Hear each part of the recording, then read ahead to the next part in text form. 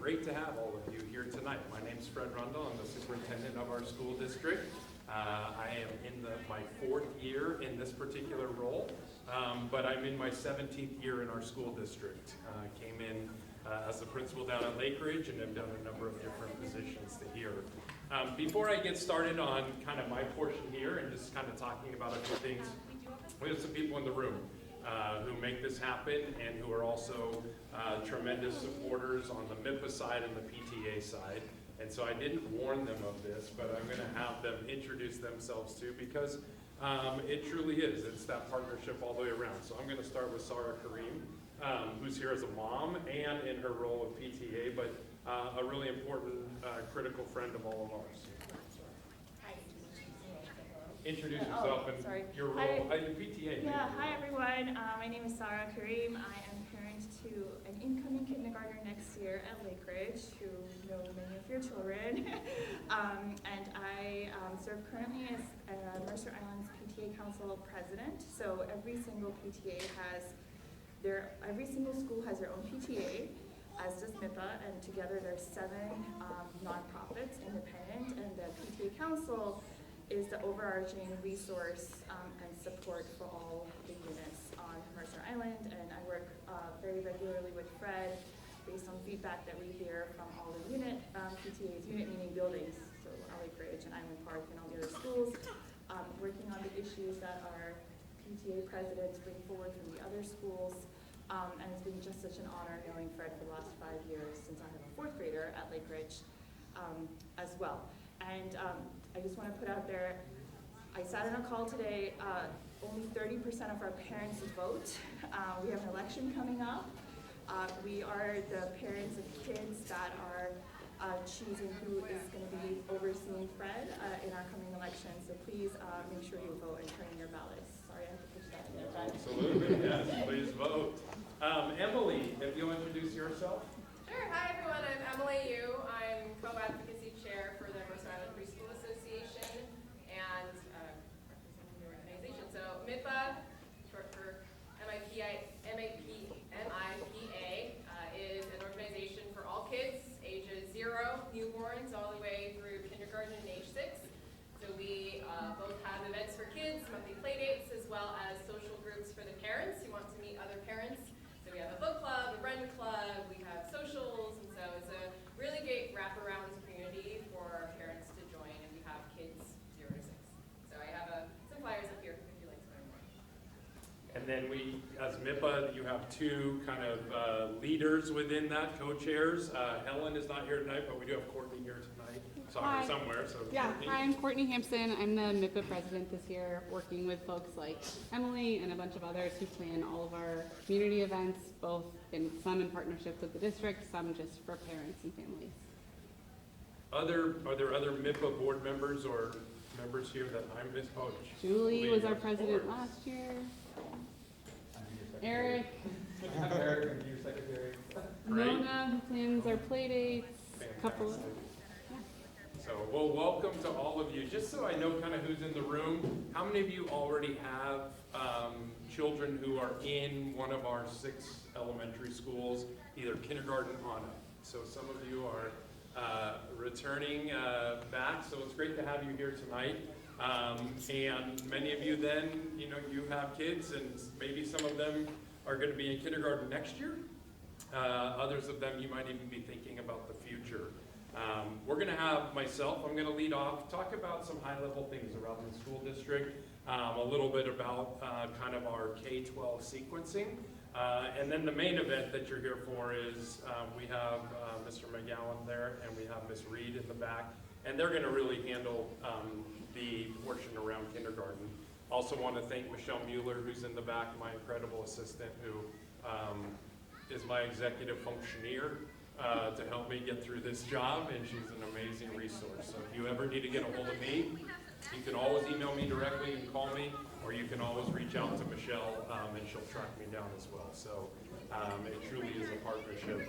Our school district is continuing to try to get better each and every day, but we always try to center students top to bottom, left to right, diagonally, really to make sure that we're thinking about their safety, we're thinking about their emotional and their social and their academic well-being, that we're thinking about how do we really develop the whole child. And that's a big part of kindergarten, but it's also a big part of our seniors as well. We are trying to create lifelong learners, but we're also trying to create civically minded students. And that truly begins in kindergarten. And we'll talk a little bit about what that looks like starting tonight. When we've done some reflections in the past, this is the earliest we've ever had this meeting. We've tended to wait a little bit later on. And the feedback we receive from families is, we're already thinking about kindergarten, and we have lots of questions. It would be great to be able to engage the district now. I also know that some of you are making some decisions right now about whether or not you're going to stay in your current school that might have a kindergarten program, and you're thinking about that. We've also heard feedback that some of you might have kids with summer birthdays, and whether or not this is the right thing for you to send your child to kindergarten next year, or are you going to hold them back? Redshirt, there's lots of different words for that. I'm a dad too, so I can't talk to you without also acknowledging my own bias as a dad. I have 3 kids, 2 that are in college and 1 who is a freshman at Mercer Island High School. He has a summer birthday and he did an extra year of preschool. If it was our older son and he had a summer birthday, he would have gone. And so it isn't about that there's one perfect solution, and our teachers and principal are going to get into that a little bit as well. So 4 of the, we call them the 4 Bs, comes out of the work from Dr. Tammy Campbell, but really thinking about how do we create equitable systems and access points for all students. And so we anchor into the 4 Bs. The very first one is, how do we remove barriers? Those are barriers for you as a family. Those are barriers for our students. So tonight, Steph Boyer, who's a tremendous partner of ours, and if you are in Pebble, you know who she is. One of the barriers she said is, Fred, it's hard for you to offer these events at night with young children if you don't provide daycare. And so that's a barrier that she helped us remove this year to say, how can we provide that? So we're always looking for ways that we can remove those. We're also thinking about believing in our kids. We know from research that the self-efficacy of students is sometimes every bit as powerful as some of the instructional strategies that we can put into play each and every day. Because if we don't get the kids to believe in themselves, then we know that we're already going to face an uphill battle. And where does that belief start with? It starts with us as adults. Do we believe in our learners moving forward? The next one there is broadcasting student voice. And broadcasting student voice isn't just about the high schoolers who are in the newspaper or the yearbook. Broadcasting student voice is, how do we allow all of our learners from kindergarten all the way through to not only have a seat at the table, but also be invited to be part of that conversation so that they can help own and construct their own learning. And lastly is belonging. We talk about a deep sense of belonging, and that's a lot of, there's lots in the literature about that right now. We've been talking about it for several years, thinking about how do we create cultures of belonging through dignity and making sure that we're allowing students show up as their whole self. Want to talk a little bit about student enrollment because that's a big conversation, certainly in and around schools, because our students are our primary source of where it all emanates from. I'm going to start off with a high-level look, past, present, and future, and this is for the entire school district. So starting here, thinking kindergarten all the way through 12th grade. You can see here, pre-pandemic, we were up pushing almost 4,300 plus students. We experienced the pandemic, and like a lot, that's where we saw our greatest dip.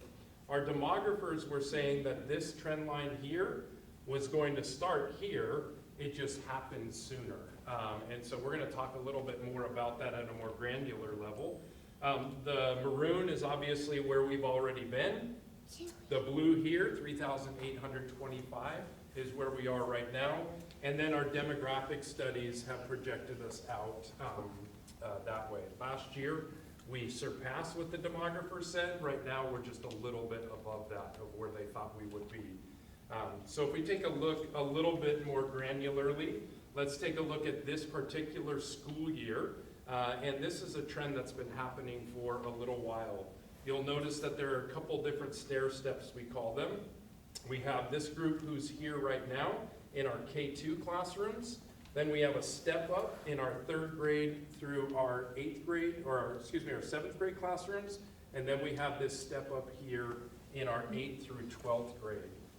What's causing this? A big driver of that is birth rates have been consistently going down in King County as well as across the state and region. And so we now know that those birth rates are starting to really catch up. Also, people oftentimes look to home values and home prices and mortgage rates, and I'm sure that there's a certain amount that is tied to that. I meet with realtors. There's a group of them that I invite 4 times a year to come and meet with me. And in fact, I have one next week. They continue to say, we have people, there just isn't any inventory. And that is a big challenge for us here on Mercer Island, is we have baby boomers and others who are aging in their homes instead of selling their homes and turning those over. And so getting new families in is a little bit of a challenge there. If we look at kindergarten now over time, back to 2018-19, you can see our kindergarten numbers here up pushing 250. And then we started to see the drop from our enrollment from during COVID. We did see that rebound from a lot of families. Families who chose to have pods or do different things did come back. But you can see that our enrollments kind of across since then have been kind of bouncing, and now they're starting to kind of drop back down. And one of the big drivers for us that's a challenge is when we, sorry, Joby, I'm not quite astute on your technology here. But one of the big issues for us is you can see how small the kindergarten class is relative to the 12th graders. So when those 12th graders are graduating out 350 students and we're replacing them with less than 200, that's creating some of that downward trend in enrollment. If we look at enrichment programs and operations, so we have a levy coming up in February, and our school board tomorrow night will be hopefully approving the levy officially. It's called a levy resolution. There are 2 levies currently that are on your tax bill from the school district. The first levy is a CapTech levy, or a capital improvement and a technology levy that pays for things like hardware and software. It pays for some of our salaries to support the people who support our technology, but it also is the capital improvement. So all of the schools in the elementary schools, the older ones, received new carpeting last summer. They were all painted this summer. Those are the capital projects. The other levy, which is really important to school districts, is your EP&O, or your Enrichment Programs and Operations levy. And that is the levy that really is the subsidy to boost what the state doesn't provide. And so districts all across the state operate these. There are very few who don't. The only ones who don't are very small districts. But the Enrichment Programs and Operations levy pays for things like class sizes in elementary and trying to keep class sizes smaller or ratio smaller. The 7-period day at Mercer Island High School, it may seem like a long way away now, but the 7-period day is actually a really important thing. And we're starting to see school districts who are going away from that because the state only funds 6 periods. So in order to have that 7th period, and that's important because you need 24 credits to graduate high school, which means some of our students can take an off period, or some can double up on science. Some can take 2 band or jazz band and wind ensemble. Some can do radio plus jewelry. So it comes into play a lot with the electives. It's not the core classes, but the electives that we know are really important at both our middle school and our high school. We have our athletics and extra co-curriculars that our levy pays for, overcoming some of the deficiencies with special education funding in our state. There are some staff salaries that we're able to add because the state only pays for about 2/3 of our staff. We pay for the rest locally, and this levy is a big piece of that. And the last one is just general operating costs. Just like you, obviously all of our bills have gone up due to inflation, and this helps to make us whole. So that EP&O levy will be coming up. It's a 4-year levy, so that will be coming up on the ballot in February, and there'll be more to come there. Why I point that out is because that's really what creates the enrichment experience of our schools. I think we do an incredible job with the core, without question. But I think what really makes us special, which is why I decided to bring our third kid to Mercer Island School District. My first two graduated from the Issaquah School District, but just the amount of opportunities that our students have, starting in kindergarten and all the way through. And some of that we do as a school district, and some of that we do because of all of you and the partnerships. But just taking a look at some of the experiences that we hope your children have when they're here. We have art, we have our PE classes, we have a library like you're in here tonight. Thinking about our literacy, and then cafeteria. That's a 5th grade classroom down there, working there. When they get into middle school, changes a little bit. The cafeteria starts to expand a little bit. They kind of go from this experience here into this experience here. We have our orchestra, and so to put in a plug for them, tomorrow night at the high school, they have a big concert. And then you can see a math class at our middle school. And then if we look at our high school, this is a high school physics class. Here's our main hallway, and then there's some students in our radio station up at the high school. So it's just a snapshot into what hopefully your kids will experience as they're part of the school district. You know, it does start with a solid foundation, and our educators in K-2 classrooms are doing some really great work to make sure that these experiences can be taken advantage of by all of our students as they go through the school district. Some of you may have participated in our Strategies 360 survey. We just got the results back and had a presentation last week.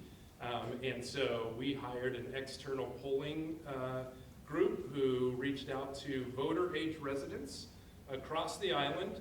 We're looking for opinions about priorities and opinions about our school district.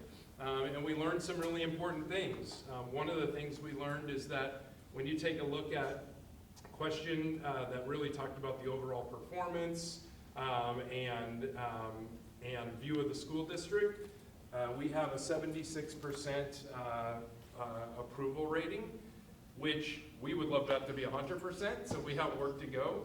But Strategies 360 have not seen these results from a school district that they've worked with in many, many years.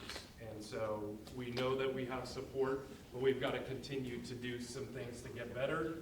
We're maintaining our buildings fairly well, keeping our students safe, preparing students for competitive colleges. So this also helps us to know what are the priorities of our schools. One thing that's important for us to look at too is when we take a look at the need for additional funding. By and large, there is a percentage that feel that more funding is needed for our schools.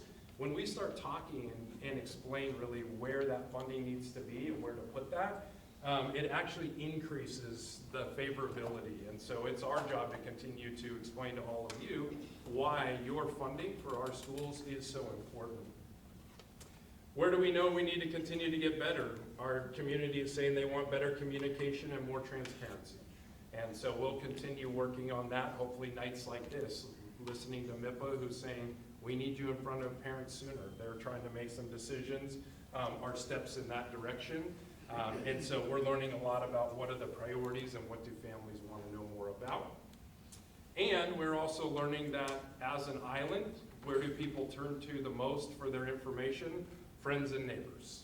Their trusted friends and neighbors is where they want information. And if that's the case, nights like this are invaluable because we want to be able to share with you the information about our district so you can share it with others because they're looking to you, to each other, you're looking to each other, and then followed by some others there. So looking at some other things, and that didn't really get updated there. That was educational excitement and didn't really get updated. We had a crisis, I'm going to talk about that. But things we're working on, you know, how do we provide multi-tiered services to all of our students? We have students who come in who need intensive levels of services because this is the first time they've ever been in a school where they're speaking English. And so we have ELL services. We have other students coming in and have had many experiences with their academics and their intellectual abilities, and we need to think about how do we create rigorous opportunities for them. And so as you look around, there are opportunities and pathways, but we want our students to be able to take advantage of everything that our district has to offer.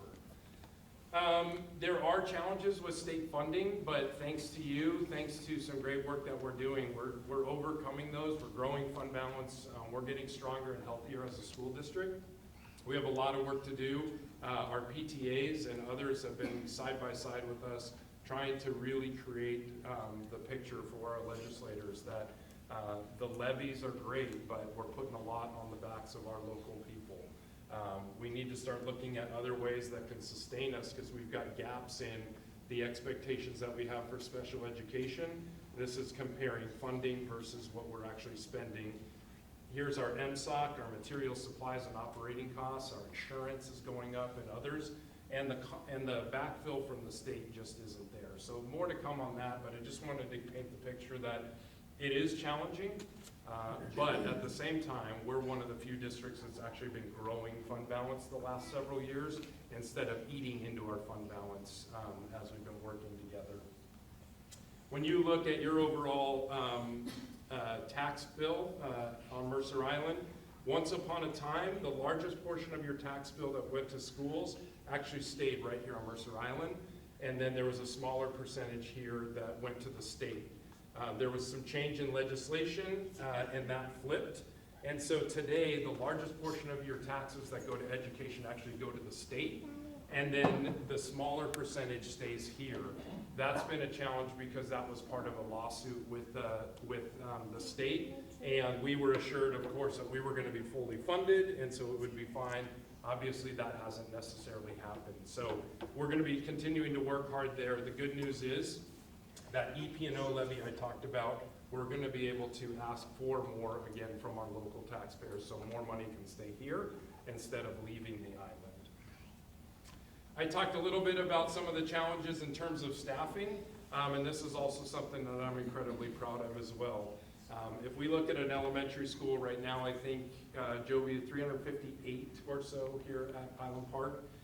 So roughly this size. So the state says if you have an enrollment of 333 kids, you get a little bit more than one principal. You don't even get a full librarian. You don't even get a full counselor. You get 6/100ths of a nurse, probably 20 minutes a week. And so you can see these are the challenges we're up against. But we've continued to keep nurses in our schools. We've changed the model slightly, but we have all of the services there. Our psychologist ratio is way higher. We have many more paras, and that's because of the Schools Foundation, that's because of our PTAs, and that's because of the priorities of where we want to spend our money and try to keep that staffing there. So while it may not come from the state, we do find creative ways to make sure we're meeting the needs of our students. A para is a classroom aide, you might have heard, educational assistant. It's someone who doesn't necessarily have a teaching license, though they might, and they're in there assisting the teacher. So you have a lot to look forward to in elementary school. And those of you who already have kids who are in the schools, hopefully you're seeing all of these great opportunities. And it goes by quicker than you think. But we have Fine Art Showcase and reflections through PTA. We have garden and green clubs. We've got student council and leadership opportunities. Our PTA sponsor family and student events, just like your MIPA does. We have culture nights. We have science fairs, bike safety events, field trips, and so much more. And so when I go back to the whole child and thinking about, you know, we oftentimes think of school and we picture our kids at a desk, or we picture them with a small group in the classroom. That's one part of their day, and that's incredibly important. But they're also out of recess. They're also in the lunchroom. They're also in art and music and PE. And that's really what creates the full picture of what we want for all of our students there. So with that, I'm going to take a few questions while I bring Joby and Rebecca up to really get into the main event of what does a school day look like for kindergarten. As they come, just to remind you of a couple other opportunities you have. This is not your only night. We have school visits and school tours that are scheduled this year. and we invite you to come to visit our schools and take tours.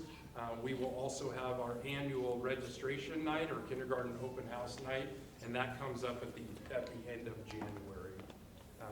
Questions you have? Things on your mind? Parents who are in it? Stories you want to share? Yeah. So we did drop into the students. What's happening to that?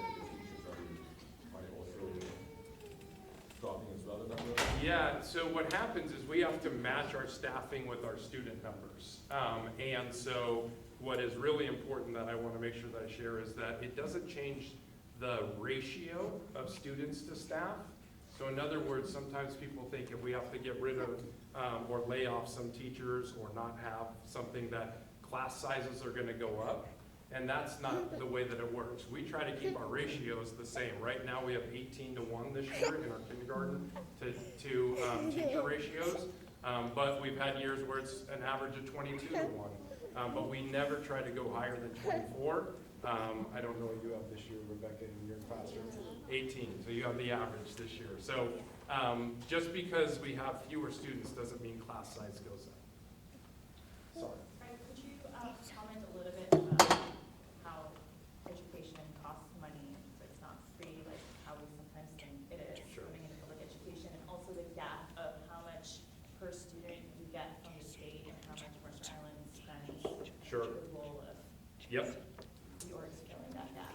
Yeah, so when we think about the cost per student, our main revenue sources, as I mentioned, the biggest one is the state apportionment, the amount of money the state apportions to us.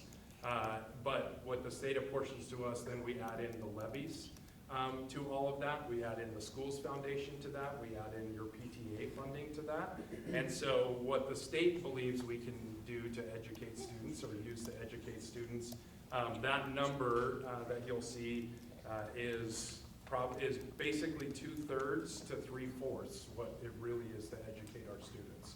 So the rest of the funding for enrichment, for field trips, all of those extracurriculars, athletics, that really all comes from our families. And so it is a hard piece because we're looking at it, we're saying this is public education, that's part of what this is. This feels like there are extra pieces, and there's extra pieces on your tax bill, and then, you're gonna be invited to join the PTAs and invited to join the foundation, and that's the enhancement piece. And some of our families contribute large amounts, some of them not as large amounts, some not at all. And it's based on what families can afford, but we try to really lean into what is good for all, and how do we make that happen. Anything else we want to add to that, Sarah? Okay. Yes? I also have about a financial question. Yes. Is when the state giving us just 0.06 nurse in the school, what do they say, or they think that this is the community where the parent can contribute more money, so they will leave it to us, or this is something that we are trying to debate or trying to ask the state, like they have to provide the minimum for us? Yeah. How do we fight for that, or based on the parent? Yep, so we have legislative advocacy in our PTAs.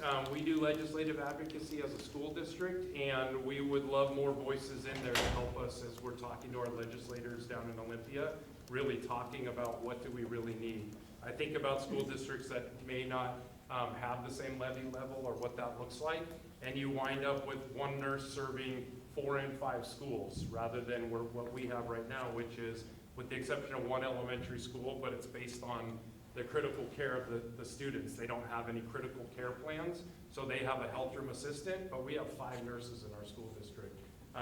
And so we're very fortunate because of that. So we have to continue to advocate is really what we have to do, and really think about what do we need to do at the local level. Yeah. I have a practical question about enrollment. How does enrollment work in kindergarten? Are you getting into enrollment tonight in yours? We sure can. Okay, you want to take it? Sure, we can.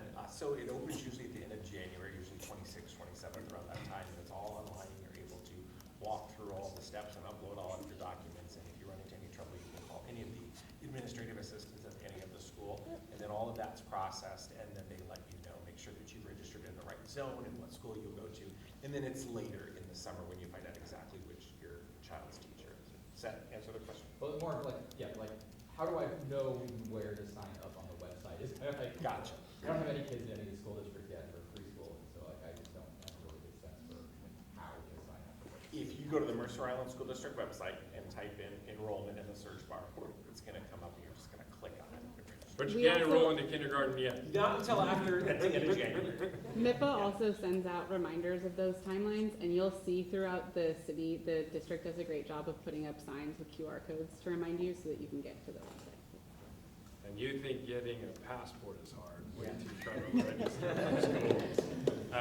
It is the most complex thing, and you will like be thinking, what is this system they have? And I tell you what, this is the there are elements of this that are a lot of bureaucratic steps, and enrolling into a public school in the state of Washington is a chore. So we're there to help you. Every step of the way. Oftentimes families, especially new families, they think, I don't want to bother the school, or I don't want to, that's what we're here for. We're here to help you. We are your public school. We're here to provide the very best opportunities for your kids, but make sure that you have all of your answers too, and to make that transition as seamless as possible. So, Joby and Rebecca, I'll turn it over to you. Rebecca, you want to introduce yourself first? Oh, sure. I am Rebecca Reid, and I teach kindergarten at Lakeridge, and I have been teaching kindergarten there this is my 9th year. Great, and I'm Joby McGowan, I'm the principal at Island Park, and Rebecca and I taught kindergarten together at Lakeridge for many, many years before I scooted down the road to work here. And as we got ready for tonight, we started thinking about the excitement related to kindergarten. I bet most of you remember your kindergarten teacher and what that memory brings for you. And I was thinking about my own, and mine was Mrs. Porter, and I was madly in love with her, and she must have been about 75 years old. And She was probably 25, you just well, yeah. She's calling you 75. That's right. So I loved her until one day during the school year, she rolled into school and she shared with us that we're backing out of the driveway. She ran over the neighbor's garbage cans and crushed them, and it got stuck under her car, and she drug them down the road. And for whatever reason, that was the end of my love affair with her. I just had lost all of my faith that this teacher who I loved could do something so destructive, unintentional. Anyway, that's how it got started for us. Okay, so one of the things that Fred asked us to share with you is how do you know if your kids are ready to come to kindergarten? He had mentioned something called redshirting. Redshirting is just a weird way of saying we're going to wait a year before we send our kids to kindergarten. In Washington State, the law says you have to be 5 years old by August 31st, the year that they're entering kindergarten. And one of the things we want you to kind of think about is looking at the whole child. Don't make your decision just based on age.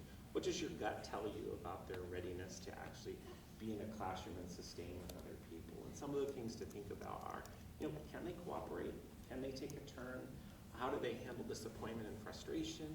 What do they already know about working in groups and collaborating, those kinds of things? And it's not the expectation that they have all of those skills mastered, but if that's something that's a real challenge for them, sometimes it's beneficial to wait. I've never known anybody that regretted waiting a year to send their kids to kindergarten because of the benefit on the other end when they graduate high school. You've got a year of additional maturity before they go off to college and all of those kinds of things. So there's both ways to look at it. Just because you're younger and you decide, yeah, my child turned 5 August 29th, and you want them to come to kindergarten, that's fine too. What I want to project to you is that there really isn't a wrong answer. What does your gut tell you and what makes the most sense for your family? Just keep in mind that the growth that they make is developmental, and kids develop at different rates, and I know that sounds like a cop-out answer, but it really is true, and that's why we keep saying it over and over and over, that each child is unique and different. And let's see. There are normal differences. When a kindergarten class comes in, you've got 18, 19 kids, and they are all over the board with what they already know and what they don't know. And it's the teacher's responsibility to determine where they are academically and socially, and then put things into place to help them grow wherever they are. Right. Rebecca, it's your turn. That's me. Clicker. You want me to click for you? Just click. All right. So what does kindergarten look like in September versus January versus June? It looks very different. So broken up into the social emotional pieces and the academic pieces. So in September, really this is a building month. We're building community first and foremost, building relationships, but also it's going to be a journey to build the stamina and the independence over time. So the first month, they may be a little bit tired. They do benefit from a lot of teacher support, and that's what we are there for. It's normal.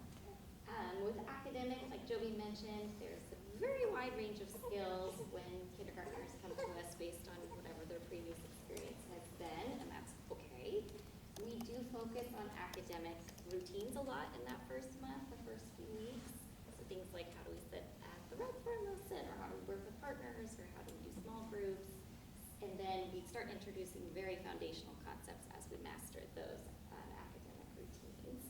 And the other piece of that, like Joby said, is teachers do a lot of observations and assessments to figure out where students are at, so that way we can determine what their needs are and go from there.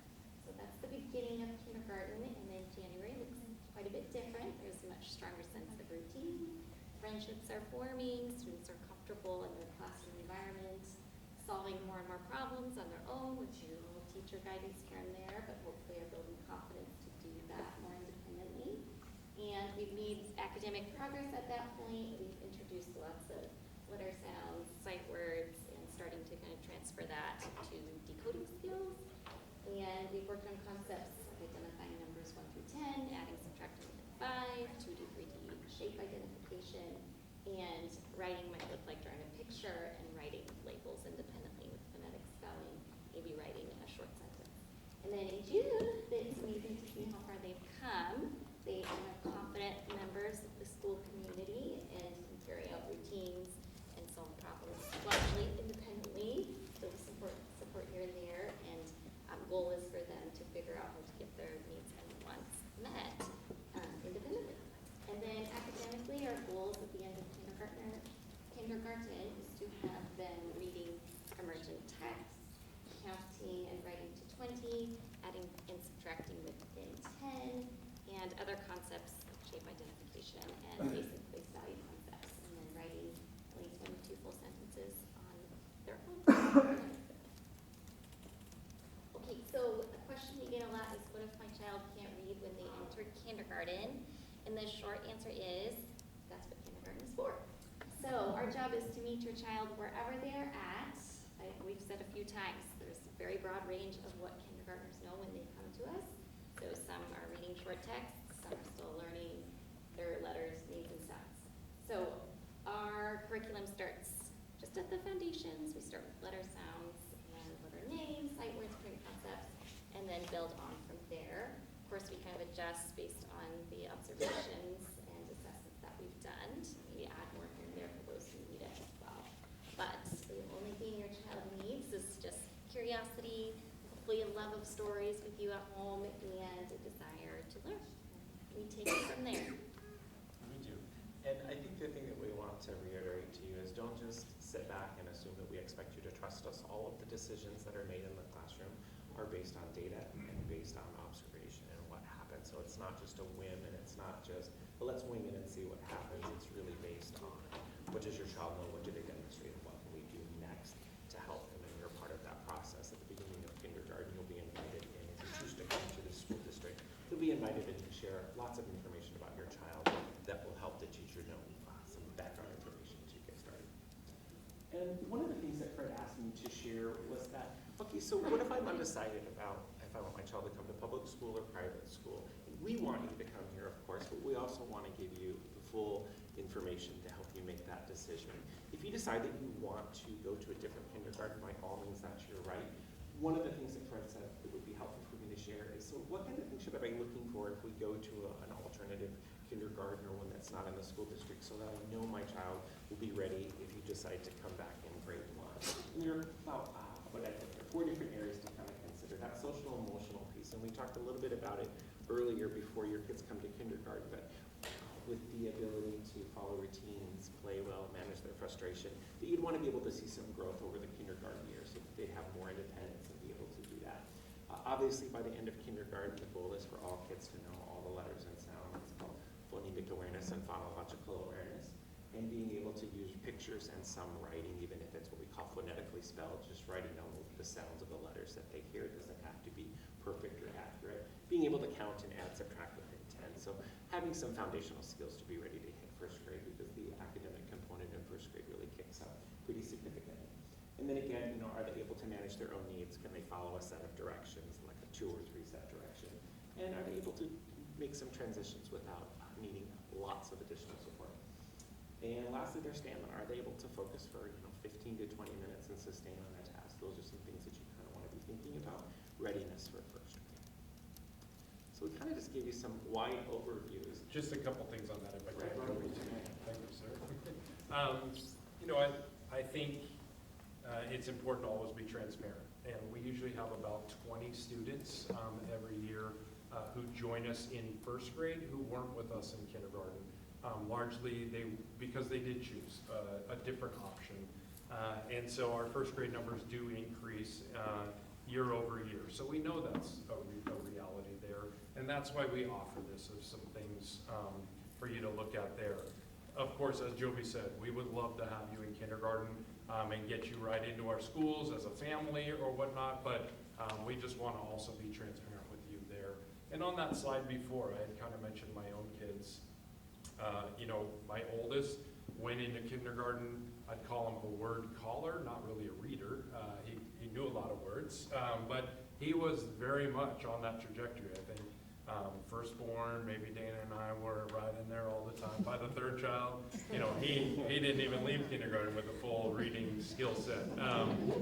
But he needs a little more supervision, which is why he's at the high school. No, I'm just but all your kids are different too. So what was right for your first child coming through could be different for another, and it's wild how it all works. But I think Joby and Rebecca both touched on something, and that is that it's a developmental process. Certain kids are going to develop at different rates, but that's what we're here for, is to meet them where they are and take them to where they need to be. And so they may not be able to do what the next door neighbor kid does, but that's okay. The long game is really what's important. I don't have any statistics for you that kids who did an extra year of preschool got higher AP scores in high school. I have no idea. I've not tracked that data, but I do know that they're going to be well taken care of by our educators wherever they come in and whenever they come in. Yeah, for sure. We just gave some overview information about kindergarten. We really wanted to save the majority of the time for you to ask the questions that you want to know the answer to, as opposed to us trying to guess what you'd want to know. So we are all ears, and we'll try and answer anything. Go ahead. Hi. So I understand there's a wide range of knowledge that kids come into for kindergarten. Do you guys do anything like small groups or anything to kind of help accelerate kids who might already know the things that you're teaching? Yes, we do. That's a big part of what we need to do in kindergarten, really, for those wide ranges. So we are a little bit slower getting started on it, just as we do our observations and assessments. But yes, we do differentiate small groups and literacy and math, because there are a lot of kids as well that benefit from more. One of the things we didn't used to do as much is assess kids right at the very beginning of the year. We kind of waited and, maybe we don't need to, let's wait, let's not assess them, let's wait till after January or whatnot. But I think what we've learned is that the more we know about them and the earlier, the more we can help support them. And so they start jumping in with assessments right from the get-go. And so that our teachers can start to think about what do things need to look different, how do they need to look different. When you guys talk about the observation and assessment, how does that look like with the parents? You guys just keep it contained until a parent-teacher conference later in fall or spring? Or is it one of these things that's you do your observation and assessment in month one, you meet with your parents, month two? I don't think that makes sense. Yeah, our structure is we do conferences with kindergarten families. There's 3 days that are set aside right at the beginning of the year for your child and you to meet with their kindergarten teacher. And that's really important so that we can all get to know each other, but then we do have a chance to talk through background experiences, concerns, goals, hopes. Then we can communicate as much as you like in between, but then we also have conferences in November at the end of our first trimester. So those are our official meeting points. Yeah, there's a combination of, if you have questions or whatnot, you can always reach out to the teacher, and they will do the same. If things come up that they think, we should have a conversation about this or connect with you, they do it. So there's really no limit on the amount of communication back and forth. So I had a question. So you're talking about certain times of the year you would meet with it. Is it across the board, all 4 elementaries would be following that same schedule? Okay, so it's not just you guys at Lakeridge or whatever. Okay. And also, do the kindergarten teachers welcome grandparent or parent volunteerism, you know, within the school day. Yeah, I always open it up to whatever family members are Okay. available and willing to Okay. participate. Love having grandparents and services.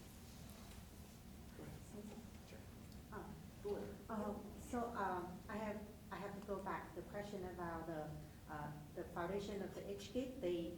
I'm not saying that my kid is so bright, but I think this is something that the daycare teach them, like about reading already. Like she's not even kindergarten yet. So my question is like, what could you help her to develop something else? I do not need that to accept, like sorry, like she needs to be continue the path. Maybe she needs lacking of a lot of other things. But how do you handle that? Like when you put them into groups, like the group who can read, or you divide it, how do you divide the kid into groups when the kid like know to read already and they are not like gifted at all? They just like, just because the teacher in preschool teach them that already. Yeah, of course. Yeah, and again, it depends on what their background experience is. Sure. We can talk a little bit more school level, and then Rebecca can share a little bit more about her own. So each of the elementary schools, 2 of the schools had started something that we call success blocks. You might have heard of them. Northwood and West Mercer started them a number of years ago, and the intent for that was to meet students where they are and provide exactly what they need in literacy and or math. And so several times per week, some schools are 3, some are 4, and it's a 30-minute block of time approximately, where teachers take the beginning of the unit assessment and data information they have and divide students up based on that upcoming unit to determine what each group of kids needs. And they're divided among adults at the grade level as well as some paraeducators, and as Fred had explained, that they're teaching assistants to provide specific instruction and support for where each child fits. And they collect the data during that intervention block or that success block time, look at the end of the unit data and results, and then regroup kids based on what their next needs are. So we're trying to be responsive to make sure that we're meeting the needs of all students, not just those who are on the typical trajectory in school, but for those students who are really at risk of not meeting standard and those who are already at standard or above.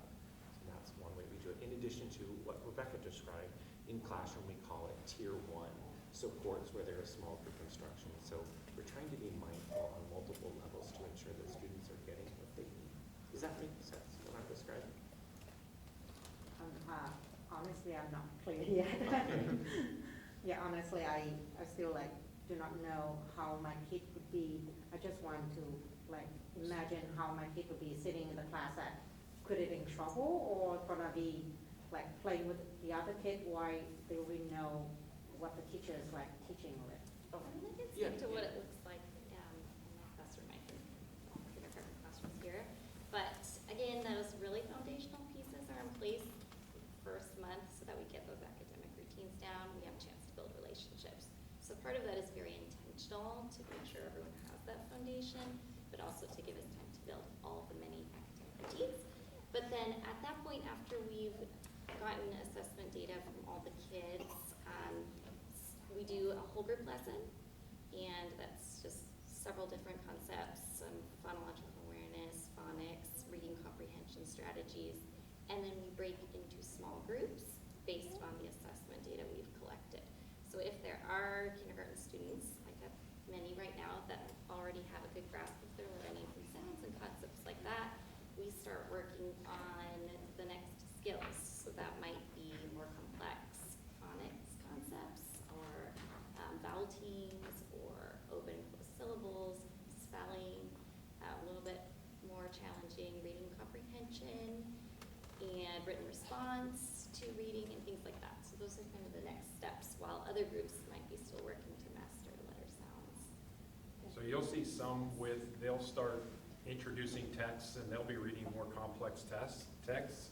Others will still be working on letter sound fluencies, and so it will really be differentiated out after that once you start looking, particularly on the reading. But I think it's really important, and I can't emphasize enough the importance of the assessments at the beginning, because we have some kids who come in with some great compensatory strategies, because you've done such a great job with them with their vocabulary and their ability to articulate themselves. And it might look like that if we didn't do that assessment, that they might be missing some things that when they start to encounter Like we teach a lot around nonsense words, and we're assessing around nonsense words. That's important because we can quickly tell whether or not a student truly knows how to decode or whether or not they just have great compensatory strategies. And so we pick up some things that a kid who looks like a reader, they might still have some gaps that will emerge as challenges for them in first and second grade if we don't catch that earlier. And so that's a lot of the work that we'll do as well.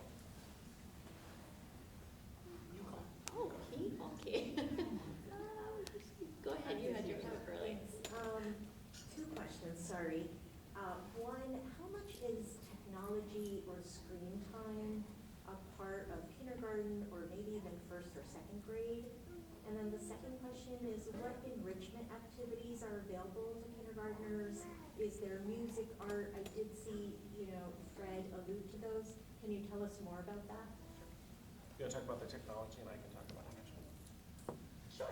Yeah, so we do incorporate technology into our day, but in kindergarten we do keep it more on the minimal side just because it is so important to have those hands-on experiences and group work and things like that. So we often use our technology in kind of the small group rotations. So students will rotate through different activities each day, and one might be a reading app where they're practicing their reading skills. And then our math curriculum has a component called iReady Math. So again, we aim for like 30 to 40 minutes a week on each of these apps. So the math component is also called iReady, and that's built into our curriculum as well. But Sorry, but is that in addition to actually writing, or is that just like is math done on the app? oh no, that's one small piece of it. So Okay. they would be doing in my classroom. They would be on the app for 30 to 40 minutes a week. So only like 2 times a week, 15 minutes Okay. a day. A lot of publishers, just quickly on that, a lot of publishers have gone to online content, but also held on to what we used to call workbooks or whatnot. And so we purchase all of the workbooks. So some students, it might look like they're doing a lot online, but that would be their iReady target. And that's really trying to help out with wherever their skills are needed to backfill or push them ahead. But the core of it's all done in the workbooks that they have. And they have 2 pretty good sized workbooks in every grade level. When you think about the enrichment that you talked about, we call it specials, and all kindergarten through 5th grade students have 2 sessions of music a week, 2 PE sessions, 1 library session a week, and 1 art session a week, taught by specialist teachers assigned to each of those areas. Sorry, I have to, because my question is pretty much, look like one question. So the story time. So I've heard because I do not have a kid in the public school. So I've heard that in the story time, the teacher will do online story time while you're doing the assessment on the kid. Is this true or not? Like when most of the time the kid will look at the screen, like people play story online story online, or online story time kind of thing, rather than the teacher read the books to the student. There's a combination of both. So there is teacher modeling and reading aloud, and that's how kids learn about enunciation, rate, fluency from an experienced reader. There may be times when teachers do put on what we call storyline online or an electronic read aloud to read the book so that they can pull a student over for an assessment.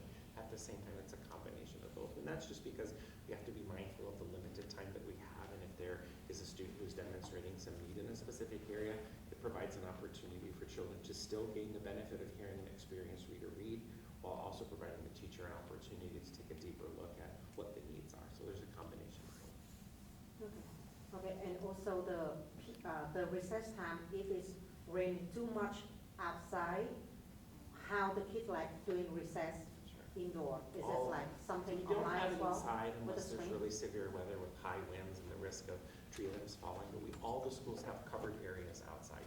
And most of the time the rain isn't terribly hard in this area, so a lot of times kids are just out in the sprinkles with raincoats and boots, and it's just kind of normal part of living in the Seattle area. But there are covered areas if they choose to. Can you just kind of walk through what a typical day looks like a schedule, right? Of like, what time time does school start? What time does it get out? What happens in between? Go ahead. Yeah, you do it. Let's see, visual schedule. So our school day starts at 9:15 on, well, yeah, starts at 9:15, and then on Monday, Tuesday, Thursday, Friday ends at 3:45. Wednesday is an early dismissal day, so the school day for the kids ends at 2:05. And then I can break down kind of what a full day looks like. Is that okay? So we have the kids come in at 9:15, do some morning work, and then for an hour we do our literacy time. And then we have a morning recess, and then we have snack. And then we have about an hour of math time. And then we have lunch recess. And then after that, we have writing time, or science time, or social emotional learning time, depending on the day. And our current schedule is that's when our class also does their special time. So we'll have 1 to 2 specialists a day. And then at the end of the day, kindergarten does have a center time, which is self-directed play or choice activity, which is built into our day. So that's how we end our day. And there's also an afternoon recess as well. Is there homework? Sorry? Is there homework? Homework? Say homework. Oh, I think that's somewhat dependent on the teacher. At my school, we don't give homework beyond encouraging reading at home each night. There's access to, some families do like to access certain apps at home that we provide for the kids. I don't require that, it's just a choice. Beyond that, I don't require. Are the recesses like K1, 2 together? I can't remember. Each school devises their own recess Okay. schedule, and it just really depends on how the specialist schedule works. And Sure. there's lots of contributing factors that determine that. So at our school here, kindergarten, first and second have recess together, third, fourth, and fifth have it together. But there have been other years in different buildings that I've worked in where sometimes it's K2, 5 together, 1, 3, 4. It just really depends on the scheduling. If, as a former principal, I would always try to avoid 4th and 5th graders being out there at the same time. And I love kindergartners being there with 5th graders, because the 5th graders would be great role models, but it doesn't always work out because of the specialist schedules, if you don't have certain numbers of sections. So any number of combinations work, but really is schedule dependent. Are there after-school activities at those private school, or do you have to find a different place to do it? So every PTA usually sponsors some type of after-school enrichment activities. And you'll be able to find that on each school's PTA website. So if you went to the Island website, you could click on the PTA website, and you could be looking now to see what kinds of things are offered. It changes periodically over the course of the year, depending on the vendor and how long they want to offer. And there are some other opportunities. So for example, at our school, not for kindergarten, they have a student council, but there's the garden club where they're a recycling club where they help do some of those kinds of things. So some of it happens inside of school, but the PTA really helps sponsor most of the after-school enrichment opportunities, chess club, piano, drawing, all kinds of different things. Jody, can I add on to that? Especially for parents that are looking for care, for working parents, the PTAs, well, innovation learning, at least at Lakeridge, I don't know if that's provided through PTA, but I know that we have setups of before school starting and after school starting. That is a separate program, and then there are programs offered on Mercer Island in addition to the after-school enrichment that PTA coordinates. The Boys and Girls Club, for example, offers programs. They have buses that can take the kids up to those programs as well. So there are multiple programs for working parents in addition to other enrichment clubs that the PTA coordinates. True. Are there fees for the PTA coordinated enrichment things? Yes, there's fees for all programs that are before school and after school, except for school-sponsored activities like the garden club or recycle club, etc., where they can come once a week. But those are school-sponsored activities. All 4 schools on the piece, all 4 schools have innovation learning that is there before school and after school. And then all 4 schools, we do bus to the Boys and Girls Club, and we also bus to the JCC. So your kids can take the bus from whichever school they're at to those 2 places, or stay on site. Others have different arrangements, but those are the ones that, just for, as you're thinking about plans. Question for you, I guess. curious. There are, I guess, these other courses, like one of our friends, they have their kid in Russian math course right now, just as a, do those, I guess, conflict with your method of teaching in kindergarten and, you know, I guess further out, or are they just good supplements? I'm not super familiar with that, but. I know, when I heard it, like, Yeah, we were like, what is I'm that? like, what the heck? I mean, I would assume no. I mean. Because there are different methods that they teach, Yeah, I right? don't think so. I mean, in fact, our curriculum offers a lot of flexible thinking around that and encourages that. So we provide opportunities for students to problem solve quite a bit is one of the focuses. We also provide a lot of foundational concepts too, but. We have some who might choose Kumon math, some maybe Russian math, some other math program or whatnot. Those are all enrichments. When you have kids who are passionate about stuff, we can always partner and find ways that it's not going to conflict with that.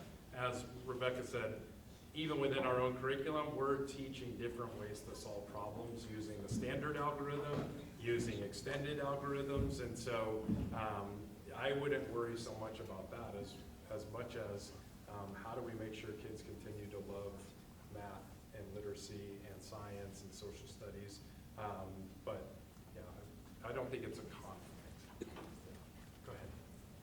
Could you provide a few examples of what happens during social emotional learning time? And the second question is, do you provide parents, I understand the parents are curious about what happens during kindergarten, but even throughout K through 5, or even as they get older, the same opportunities to learn about what their kids are going to learn about for the upcoming year in the same kind of setting? Okay. So our district has an adopted curriculum called Second Step, and it's kindergarten through 5th grade, and there are a series of lessons in there that all focus on social emotional learning. So how do you regulate your emotions? How do you handle frustration? How do you work in a community? How do you get your needs and wants met in ways that are socially acceptable? All of that kind of stuff. And if I'm understanding your question correctly, you're kind of asking, you want to know how do parents learn about In the same kind of setting we have like right now, like we learn about what the goals are for kindergarten, like where they should be at a certain time of the year. Sure. Like also for K through 5, we got the same kind of Sure. same So opportunity. Washington State participates in the Common Core standards. And so if you go to the Mercer Island School District website and go to the Teaching and Learning tab, you'll be able to scroll down and find the standards that we have adopted for every grade level in every subject area. And then Do you want to touch on like back to school night or some of the other touch Yep. points? So there's something also called curriculum night, and it's usually within the first 3 weeks of school where you'll be invited into your child's classroom, and the teacher will go over what we call a curriculum map or lay out what the year will look like, explain specific expectations for that grade level, and give you an opportunity to ask questions in that smaller environment so that you have, so it's not just so overview like we're doing today.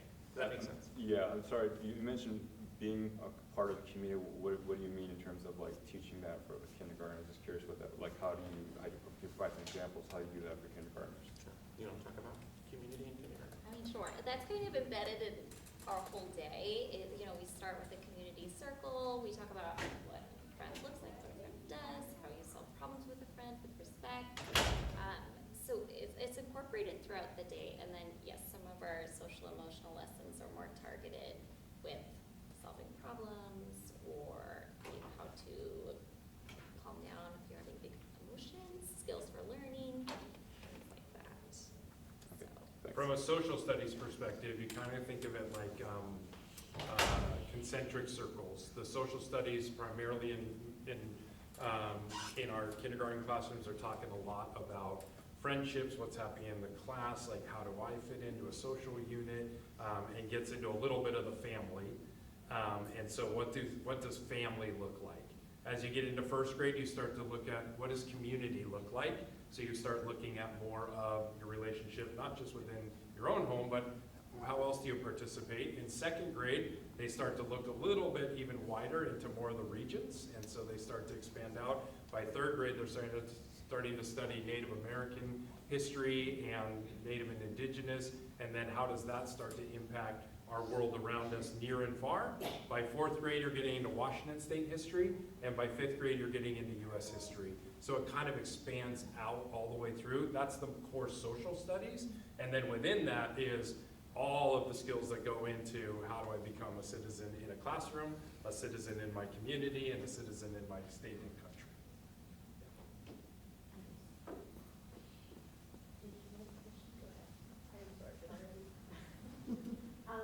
How is bullying handled? That's one. And then the second one is, you know, kindergartners, they're not necessarily able to sit still. What is that expectation? Especially, I mean, I have a boy and he's very active, so I'm just wondering, like, you know, how do you handle that? Sure, so we have an adopted bullying curriculum for every grade level. There's specific actions taught for students. How do you handle it? How do you support others who may be bullying us if you're a bystander? We also have school district policy related to bullying, and if there's bullying events, there's an investigation. We teach students how to advocate for themselves, how to get support, and then what do you do as a result? How do you repair the damage that may have been done? So some restorative justice, if you will. We can't guarantee that no one will ever be bullied, but what we can guarantee is that we will support students who are the victim of it and those who are engaged in it to use it as a learning opportunity to teach them, all right, how are we gonna learn from this to move forward? And that's the part that can be tricky, because some kids can take a while before they can internalize that and be able to implement what they've learned. And when you're on the receiving end of it, that's pretty unpleasant. So that's our intent, and that's the way we're approaching it. What was the other part of your question? Yeah, the other question is, how much focus and, you know, do the kindergartners have to have in sitting still, things like that? Sure. They're Well, still kind of transitioning. What you're describing in your own child is really characteristic of so many kindergartners. And the kindergarten teachers are pretty adept at making sure that there are lots of movement opportunities and opportunities to actually be physical, it's not just sitting all day and taking in and learning. You're actually active and participating. And we know that 5-year-olds have about 5 to 10 minute attention span. And so we try and keep activities within that window and slowly progress to adding more time for that. But that's really the crux of all 5-year-olds, really. And when we think about student behavior around bullying, you know, there's multiple dimensions of that. There's harassment, there's intimidation, there's bullying, and then there's learning how to be friends. Today they had Unity Day here because it's Bully Prevention Month in October, and so they did a lot of work. I saw pictures from here at Island Park today around Unity Day, and so some of it is what do we do in a reactionary standpoint, but a lot of the work that we're trying to do is on the preventative side with that. Now, you get this many kids all together, you're going to have conflict, and so trying to intervene and use those as learning opportunities too. But if it is severe and it's affecting a kid's ability to come to school or desire to come to school, then we know we need to intervene as adults and make some decisions and make some changes so that a student doesn't feel like they don't want to come to school because of the way someone else is making them feel. That's not what we want, for sure. This is quite young to already have this conversation, but I feel like it starts so young in terms of phones, watches, things you can hide on your data. I don't know what's out there anymore. What is it like here? Like, what happens? How do we manage that? Sure, great question. So there is a no phone policy on iPhone watches, that kind of thing. Kids can have them. They just have to be turned off during the day. If you have a cell phone, it's kept in your backpack. Because there are times after school that parents want to be able to get a hold of their kids and change pickup plans at the end of the day, or kids have to call if they're walking home and share. So they're welcome to have it. It just has to stay in the bag all day. If they were to get it out and be using it and texting or calling, they would just hold it in the office to the end of the day and ask a grown-up to come and get it. And this is only high school? All the way through senior year. Based on that, would you think it's a great idea to start obviously having a conversation regarding if you're in need of like your parents to memorize their phone number so that there's a phone access to the school? Like, how do we set them up for success so that, like, without giving them a phone? Sure, or any it's other never sort too of thing? early to have your kids know the phone number, how to contact mom and dad. Absolutely, and you would suggest to them or share with them that you can always tell a grown-up when you need something. There are phones all over the school, and of course, we're gonna let kids call home if it's a valid reason. If it's just, you know, I forgot my Jell-O cup, we're probably not gonna let folks call home. But if there's some confusion about, I'm not sure if I'm going on the bus today or going in the car or what I'm doing, of course, we'll help facilitate with that. It's not that we don't want you to have access, it's just to try to minimize the distraction. Right. Yeah, who are trusted adults? both who are my parents, and then who are other friends of my parents, or close friends. Great conversations to be having. Address, phone number, all of those. It is amazing. I don't know if we have one in here, Joby. Do we have a regular phone in here? But it is amazing. We cannot just hand that to them and say, hey, call your parents. And guess what? They'll stare at that thing and they'll be like, what is going on? So we'll help them out with that part. And we have everybody's phone number, obviously, in a database, and it's easy for us to look up if they don't know it yet. Go ahead, you had your hand up so many times, sorry. Yeah, thanks for having us so early on here. This is really helpful. I had a question on the HiCap program. I guess it's beyond the kindergarten, but when does that start and how do you qualify for that? Sure. So testing begins in kindergarten. There's a required test by the state. You can opt out if you want. And it's to identify students that have demonstrate characteristics of possible acceleration or giftedness. And then they test again in second grade and then test again in fifth grade. That's correct. And so can you talk a little bit more about the qualifiers and how all of that part fits in district-wide? Yep. So it is challenging, to think about, how do we identify? I think someone said earlier around, my kid has been in a great experience and they're already reading, or they've had that experience and someone else hasn't. And so it's really challenging when the younger they are, to figure out, are these highly capable tendencies, or is this just someone who's been exposed to a lot? So what we've done is tried to think about, well, what does that K2 experience look like? But it's really once they get into that third grade year, that's where we have a little bit of a different model. So starting in third grade, students who qualify based on the assessments have the opportunity to go down to Lakeridge. And at Lakeridge, we have our self-contained HiCap classrooms. So that's third grade, fourth grade, and fifth grade. And so that's clustering students together from across the district who have had those opportunities. Now, we've also realized that we have some kids that don't qualify for all day long. They don't need to be in a pull-out classroom or a separate classroom. And so how do we serve some of those students without having them leave their classrooms? We're actually doing some work right now. We've had conversations around what are the successes of that, and then what are the shortcomings of that in terms of being able to truly meet the needs of those learners.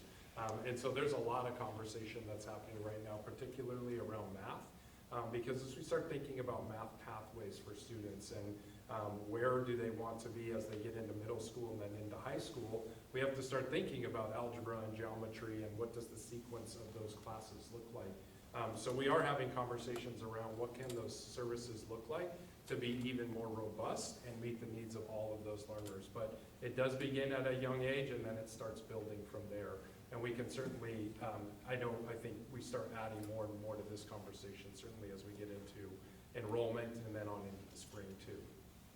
On the topic of HiCap, is there you mentioned math, but is there a component of that to qualify? Is there a creativity component to that? There is. There is. How is that judged? Yeah, so it can so when we use the Torrance test is what it's called, we don't use that until second grade. So it's qualifying, and it can only help a student to qualify for HiCap services. It's not a disqualifier.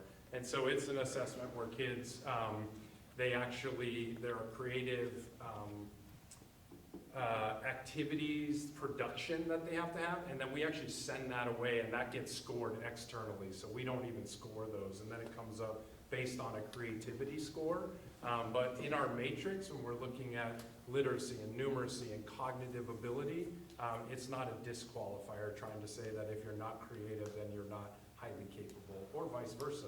We have some kids who do quite well there, but maybe don't have some of the academic skills, but they're still showing benefit or readiness to benefit. Yeah. Just a quick follow-up question on the HiCap. So the assessments are in kindergarten onward, and then the programs and the services start at third grade, or does it start prior to that? So we have primary enrichment services in K-1-2. That is another place where, so that was added several years ago when we added the testing for kindergarten in terms of those services. Our plan is to try to meet students' needs in the classroom. Once upon a time, we had someone who went around from class to class throughout the school district, and they would do a pull-out grouping once a week. There wasn't a lot of long-term benefit that we were seeing from that, so we started to try to keep kids in their classrooms.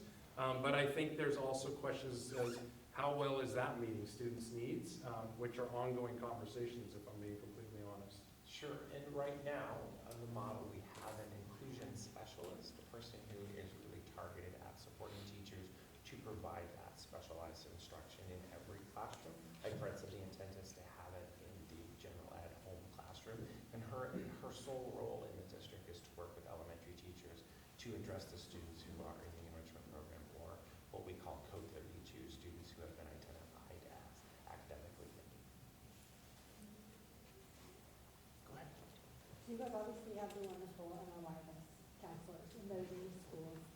How often do they come in for class? Like how often is Julie Madison coming into your kindergarten classes? Do you help her or just have a It depends kind of on the year, but she generally comes in our classroom every year to teach a series of calcium lessons. So planning to do that in January for us. The question, for if you didn't hear in the back, is we have Mercer Island Youth and Family Services Counselor, MIYFS. Every school has a YFS counselor that's embedded in the schools. We have 2 at the high school, 2 at the middle school, and 1 in each of the elementary schools. And they are there providing as a resource to students, small groups, individuals. They will coach parents, and they really are kind of that extension. They will also do referrals and help support families there, but they also do whole group instruction, as Rebecca was just talking about there. When it comes to school boundaries and stuff like that, is it basically guaranteed that on that map, if you're in this zone, you're going to this school? And is there opportunities to choose which elementary? Yeah, that's a great question. So when we opened up Northwood, prior to Northwood, the whole district was kind of like one big hodgepodge, and we'd have students who were on the north end getting bused to Lakeridge. And that just happened over time because the schools were getting so large that we were literally having to move families to other schools to make room. And so when we opened up Northwood, we really made a concerted effort to say, what are the boundary areas that we want to start with? But we know that a family may be right on an edge. And all the kids across the street, literally, if you're on Miramont, go to one school, and then kids on the other side go to a different school, and maybe they've made some great friends there. So what we ask is that you start the enrollment process in your home school, and then on April 1st, we open up what we call the intra-district transfer. And you don't have to remember that. You can just put something in your phone tonight and say, email Fred about the intra-district transfer on April 1st. And then just email, so you don't have to remember it. We'll send you the link, and you put in your information. And you put in your kids' information, what are your circumstances of what you're looking for. And then in the spring, a little bit later on after we have things, our principals sit down and they look at all the students, they look at what's been requested and whether or not we can accommodate that. Sometimes we know right away by May, sometimes we don't know until the end of the school year, but we try not to drag you along too long. But that's kind of the way that works if you're looking for an intra-district transfer, that's called. You're welcome. So I don't know how to ask this, but depending on the zip code of the kid, if it's, let's say, a kindergartner, are they going to be guaranteed admission if their zip code is 98040, or how does that work? Or does it depend on the application? If you have a 98040 zip code, you are guaranteed admission into one of our schools. What we try to do is get you into the home school where you live and what's within your boundaries there. There have been instances where families who enroll in August, we were in a situation, I'll just use a live example with Lakeridge. Lakeridge heading into August had class sizes of 25 and 26 because we just had a number of students who were there. We were looking at, are we going to move some students and ask them to come to Island Park or Northwood or West Mercer? Or are we gonna open up another section? And we opened up a section so we didn't have to move families. But no matter what, if you're in this zip code, you're entitled to attend Mercer Island School District. You're welcome. Where and how do you find out things like the bus schedule and like what time, where you should go to get picked up and, you know, that kind of stuff? Sure, so after you've registered and you get closer to the start of school, our transportation department will send you all of that information. They send you the exact location of where to be and the exact train to be there. And then there's also a feature now on all the buses in an app that you can actually track the bus so that if you're outside waiting, you can see how far away the bus is. Awesome. So it's come a long way since we were. Yeah, you don't have to stand out there for like that. And if you're late from your appointment racing home, you can know how far you have to get there before the bus is there. Is there Yes. a deadline for enrollment where you don't want to miss it? So I'm just wondering, yes, late January is the beginning, but is there like an end date? There's not an end date. You can enroll at any point. What you want to keep in mind is what Fred shared a little bit ago. The sooner you register, the better for everybody. That helps us determine staffing and know where students will be. So if you were somebody that waited to register maybe August 15th, all of the spaces in kindergarten at Lakeridge might be full, and even though you live in the Lakeridge zone, you might have to go to a different school because there is an opening. Fred talked about that this year there were enough students in that situation that they were able to add a section, but that wasn't the case here last year. We had 3 families that had to go to another school because they registered 3 days before school started. So I would encourage you to register as soon as is humanly possible. Even if you have kids in first and second grade. Absolutely. Don't assume that we know that you have that young one, or we can't hold a spot until you register, so definitely. So you talked about summer birthdays. If you have a child who has a birthday a few days after, you know, beginning of September, but they already consumed a lot of their September academics, how do you go about trying to early? Great. There is the process, has that process changed? It's been a few years since I've been in the kindergarten. You can apply. I can take this one. Yeah, okay, good. No problem. So what you're gonna do is you are still gonna go to kindergarten enrollment night in January. You're gonna go through that normal process, and then you can go ahead and start the registration process. But what you're gonna do is you're gonna wanna talk to the school, because they're gonna put you in touch with our teaching and learning department, because we have what we call an early entrance process. And so there's testing and some things there. So you're not behind at all there. But if you go to the website, you look up early entrance, there's all the information on there too. Yeah. And is there like a certain date where there's a cutoff for early entrance, or?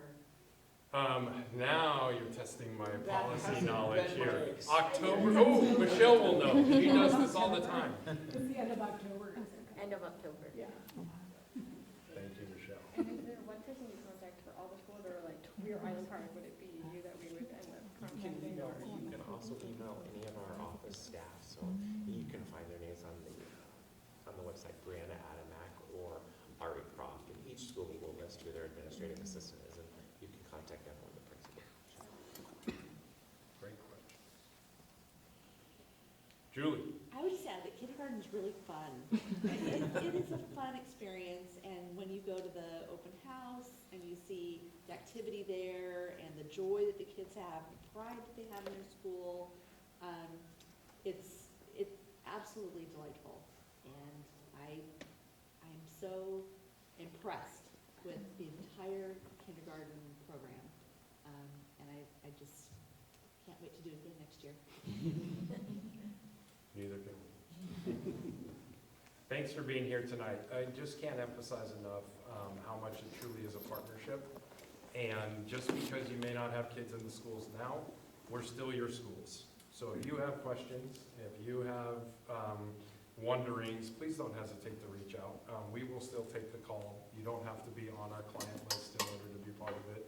You're already living here. You're already part of our school district. So we will look forward to seeing you throughout the fall at different events, and then certainly in January. Joby and Rebecca, thanks for being here tonight. Really appreciate that.